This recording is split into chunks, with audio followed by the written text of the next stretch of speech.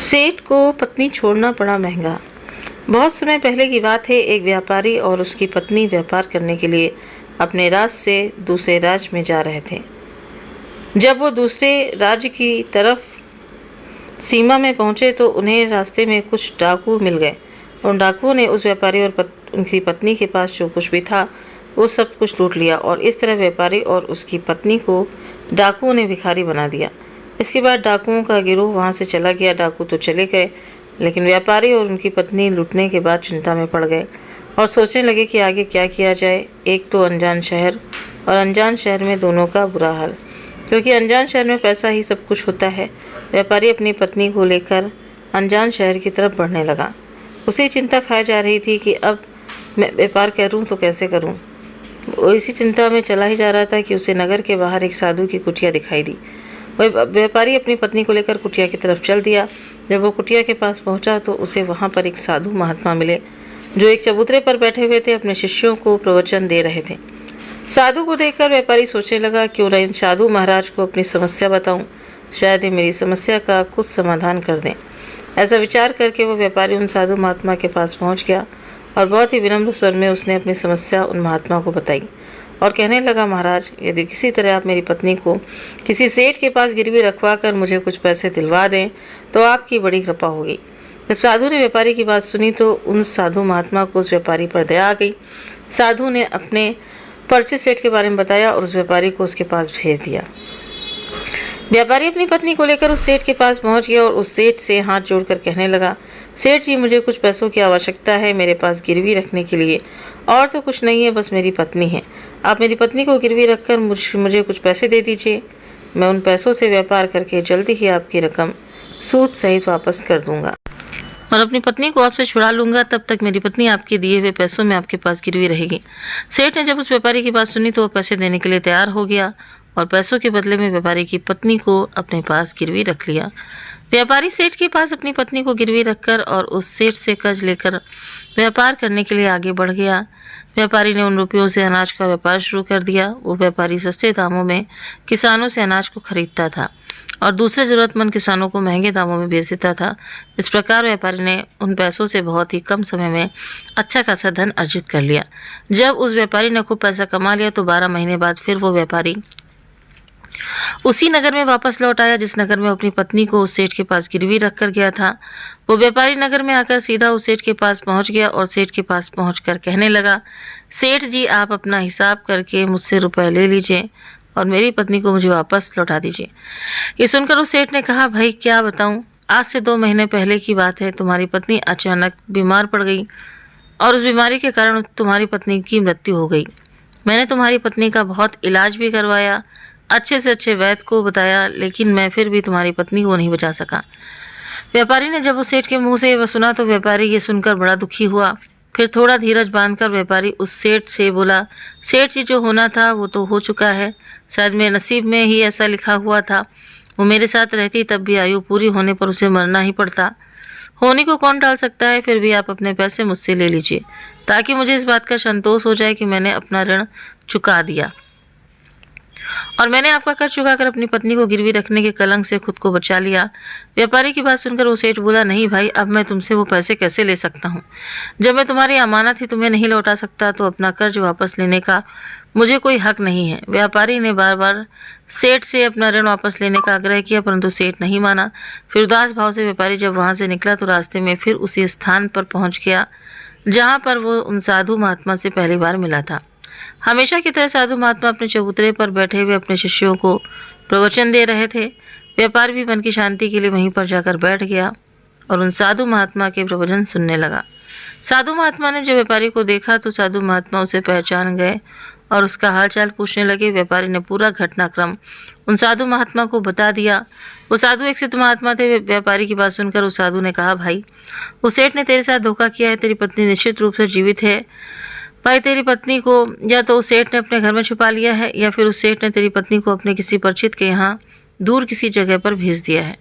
अब तू ऐसा कर, यहाँ के राजा के पास चला जाओ। राजा के दरबार में जाकर प्रार्थना करना कि राजा साहब, मेरी पत्नी को सेठ से दिलवा दो। क्योंकि इस नगर का जो राजा है वो राजा बहुत ही बुद्धिमान व्यक्ति है। वो निश्चित ही तेरी पत्नी को सेठ पर जोर डालकर तुझे दिलवा देगा। उनके दरबार में तुम्हारा फैसला होगा। जब उस व्यापारी ने उस साधु महात्मा के ऐसे प्रवचन को सुना तो वो व्यापारी उस साधु महात्मा की बात मानकर राजा के दरबार में पहुंच गया और राजा के दरबार में पहुंचकर राजा से गुहार लगाने लगा कि महाराज, मेरी पत्नी को सेठ से मुझे दिलवा दीजिए। व्यापारी की प्रार्थना सुनकर राजा ने सेठ को बुलाया और उससे कहा, सेठ, क्या ये सच बात है कि यह व्यापारी कुछ रुपयों के बदले में अपनी पत्नी को तुम्हारे पास गिरवी रखकर गया था? सेठ ने स्वीकार करते हुए कहा कि हाँ राजन, व्यापारी की यह बात बिल्कुल सच है। राजा ने फिर कहा, तुम इसकी पत्नी को क्यों नहीं लौटा रहे हो? राजा की बात सुनकर वो सेठ बोला, कैसे लौटाऊं महाराज, मैंने इस व्यापारी को बता तो दिया कि आज से 2 महीने पहले इसकी पत्नी की मृत्यु हो चुकी है। महाराज, अब मैं धर्मराज के पास जाकर तो इसकी पत्नी को वापस नहीं ला सकता। राजा ने पूछा, कोई गवाह है तुम्हारे पास जो इस बात की पुष्टि कर दे कि इसकी पत्नी की मृत्यु हो चुकी है? तो सेठ बोला, जी महाराज, इस बात की पुष्टि वो अच्छी तरह से कर देगा जिसने इस व्यापारी की पत्नी का इलाज किया था। वो 4 व्यक्ति भी इस बात की गवाही दे देंगे जो इसकी पत्नी को शमशान में जलाकर आए थे। उस सेठ ने यह बात इतनी आत्मविश्वास के साथ कही कि राजा को भी उस पर भरोसा हो गया। तब राजा ने व्यापारी से कहा, भाई, अगर तुम्हारी पत्नी जीवित होती तो हम तुम्हें अवश्य दिलवा देते। अब तो हमारी भी मजबूरी है। इस प्रकार राजा ने व्यापारी को समझा बुझाकर वापस भेज दिया। व्यापारी फिर से साधु महात्मा के पास पहुंच गया और जो कुछ दरबार में राजा और सेठ ने कहा वो सारी बातें साधु महात्मा को बता दी। ये सब सुनकर उस ज्ञानी महात्मा ने कहा, मैंने राजा को इतना विवेकहीन नहीं समझा था। मुझे दुख है कि उसने तुम्हारे साथ कोई न्याय नहीं किया। उस राजा ने सेठ की बातों पर तो यकीन कर लिया और तुम्हें समझा बुझाकर मेरे पास वापस भेज दिया। अब तुम मेरी एक बात सुनो, तुम एक बार फिर से राजा के पास जाओ और उससे कहना कि सिर्फ 3 घंटे के लिए वो अपनी राज गद्दी पर मुझे बैठने का अधिकार दे दे। तब मैं राजा को बताऊंगा कि न्याय कैसे किया जाता है और न्याय किसे कहते हैं। वो व्यापारी एक बार फिर से राजा के दरबार में पहुंचा और जैसा उस साधु महात्मा ने कहा था उसने राजा से कह दिया। राजा ने व्यापारी की ये बात सुनी तो ये सुनकर राजा ने कहा, मुझे 3 घंटे के लिए राजगद्दी छोड़ने में कोई ऐतराज़ नहीं है। यदि ऐसा करने से तुम्हें न्याय मिल जाएगा तो मैं 3 घंटे के लिए उस महात्मा के लिए अपनी राजगद्दी छोड़ दूंगा। तुम उन महात्मा को राज दरबार में ले आओ। व्यापारी ने जब राजा के ये वचन सुने तो व्यापारी साधु महात्मा के पास गया और उन साधु महात्मा को राज दरबार में ले आया। जब साधु महात्मा राज दरबार में पहुंच गए तो राजा ने अपनी राजगद्दी उन साधु महात्मा को सौंप दी। फिर राजगद्दी पर विराजमान होते ही साधु महात्मा के सामने उस सेठ को दरबार में प्रस्तुत किया और उससे कहा, सेठ जी, आपने कहा कि इस व्यापारी की पत्नी आपके पास रहते हुए 2 महीने पहले ही स्वर्ग सिधार गई और आपका कहना है कि आपके पास इसकी पत्नी के मरने के गवाह भी मौजूद हैं। क्या मैं उन गवाहों से मिल सकता हूँ? फिर राजा बने साधु महात्मा के आदेश पर सेठ के गवाह पेश किए गए। सबसे पहले साधु ने उस वैद्य को बुलाया जिसने व्यापारी की पत्नी का इलाज किया था। साधु ने वैद्य से पूछा, क्यों भाई, आपने ही इस व्यापारी की पत्नी का इलाज किया था?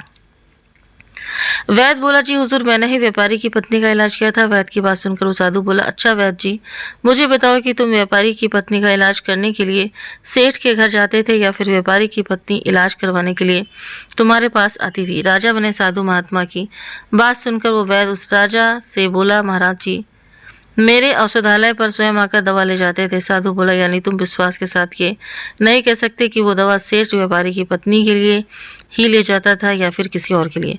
साधु की ये बात सुनकर वैद्य बोला, हाँ महाराज, ये बात मैं यकीन के साथ तो नहीं कह सकता कि सेठ किसके लिए दवाई ले जाते थे, लेकिन सेठ जी मुझसे दवाई ज़रूर ले जाया करते थे। वैद्य की बात सुनकर वो साधु बोला, इसका मतलब वो तो यही हुआ कि तुम मरीज को बिना देखे ही दवाइयाँ दे देते हो। ये तो बहुत ही गंभीर है। तुम दवा के स्थान पर किसी को जहर भी दे सकते हो और हो सकता है तुम्हारे द्वारा दिए हुए जहर से इस व्यापारी की पत्नी की मृत्यु हुई हो। उस साधु की बातें सुनकर वैद्य का चेहरा डर के मारे पीला पड़ने लगा और वो भयभीत स्वर में बोला, नहीं हुजूर, ऐसा हरगिज नहीं हो सकता। मैं अपने किसी मरीज को दवा के बदले में भला जहर क्यों दूंगा, और इस तरह से मैंने सारी मान प्रतिष्ठा भी धूल में मिल जाएगी। वैद्य की बात सुनकर वो साधु महात्मा बोला, अब तो तुम ऐसा ही कहोगे। मैं तुम्हें अपने कर्तव्य के प्रति लापरवाही करने के और एक मरीज के जीवन के खिलवाड़ करने के अपराध में 50 कोड़े लगाने का आदेश देने जा रहा हूँ। इसके साथ ही तुम्हारा मुंह काला करके सारे नगर में तुम्हें घुमाया भी जाएगा। अब तुम सोच लो, वैद्य सच बोलेगा या फिर मैं सैनिकों को तुम्हें गिरफ्तार करने का आदेश दूँ। ये सुनकर वैद्य का शरीर कांपने लगा और वो उस साधु के कदमों में जा गिरा और बोला, हुजूर, मुझे माफ़ कर दीजिए। मैं स्वीकार करता हूँ कि मैंने सेठ के बताए किसी मरीज का कोई भी इलाज नहीं किया। सेठ ने तो मुझे 1000 रुपये दिए थे और कहा था कि यदि गवाही की आवश्यकता पड़े तो ऐसा कहकर उसके पक्ष में गवाही दे दूं। बस मेरा इतना ही अपराध है कि मैंने लालच में आकर इस सेठ का प्रस्ताव स्वीकार कर लिया। राजा बने साधु महात्मा ने कहा, वैद्य जी कुछ भी हो, आपने अपराध तो किया ही है, इसलिए मैं तुम्हें झूठी गवाही के इल्जाम में 20 कोड़े लगाने का आदेश देता हूँ। साधु महात्मा के आदेश पर राजा के सैनिकों ने तुरंत ही पालन किया और सैनिकों ने तत्काल ही उस वैद्य को पकड़ लिया और भरे दरबार में उसे कोड़े लगाने लगे।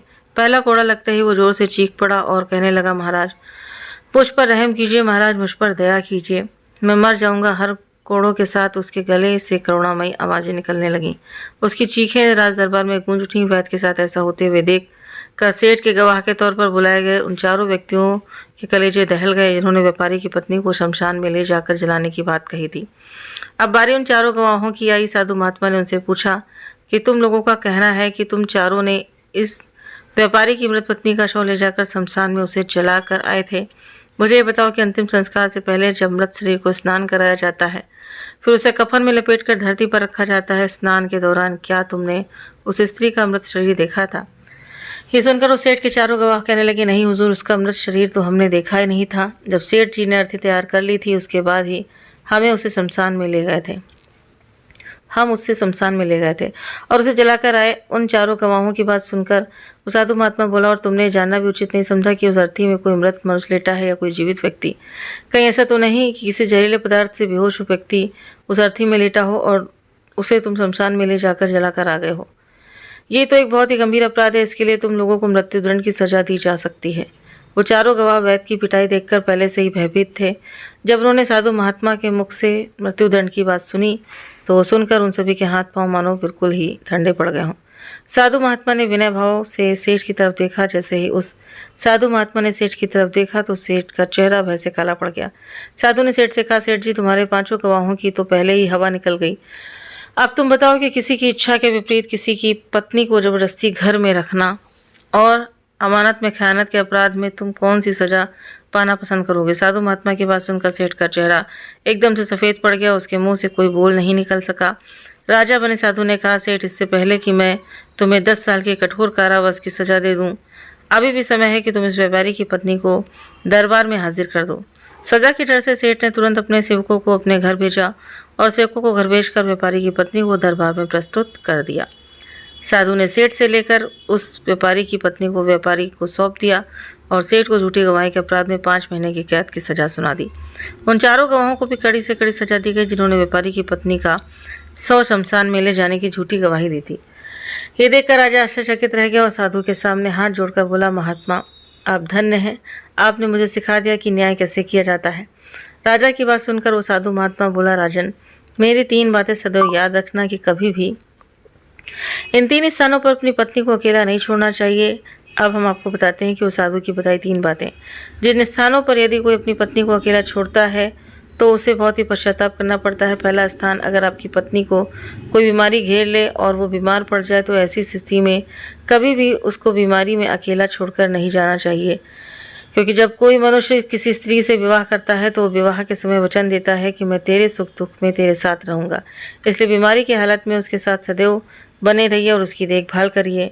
जिस तरीके से पत्नी अपने पति की सेवा करती है उसी तरह से पति का भी कर्तव्य बनता है कि अपनी पत्नी की सेवा में हमेशा तत्पर रहे। यह आपका कर्तव्य है और आपके सुखी जीवन का मंत्र भी है। दूसरा स्थान है, अगर आपकी पत्नी निर्दोष है और कोई उस पर झूठा लांछन लगाता है तो ऐसी स्थिति में सदैव तुम्हें उसके साथ खड़े रहना चाहिए, क्योंकि एक लड़की अपने माता पिता का घर इसी आस में छोड़कर आती है कि मेरा पति मेरी भावनाओं को समझेगा और हर स्थिति में मेरा साथ देगा। इसलिए दुनिया वाले उस पर कोई झूठा दोष लगा रहे हैं तो आपको अपनी अर्धांगिनी के साथ खड़े रहना चाहिए। ऐसे समय में उसको कभी भी अकेला नहीं छोड़ना चाहिए, या कभी कोई ऐसी स्थिति आए तो उस समय तुम्हें अपनी पत्नी को बोलना चाहिए कि तुम बिल्कुल भी चिंता मत करो, मैं तुम्हारे साथ खड़ा हूँ। तीसरा स्थान है, कभी भूल कर भी अपनी पत्नी को पराये पुरुषों के पास नहीं छोड़ना चाहिए, चाहे वो आपका मित्र हो, चाहे आपका कोई रिश्तेदार हो और चाहे आपका कोई सगा भाई क्यों ना हो।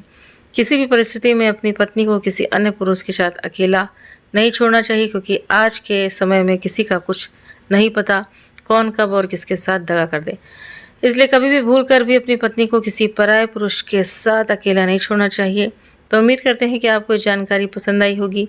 वीडियो पसंद आया हो तो वीडियो को लाइक शेयर सब्सक्राइब करना ना भूलें। आप अपने कमेंट करके भी ज़रूर से ज़रूर बताएं। मिलते हैं नेक्स्ट वीडियो में। Thank you.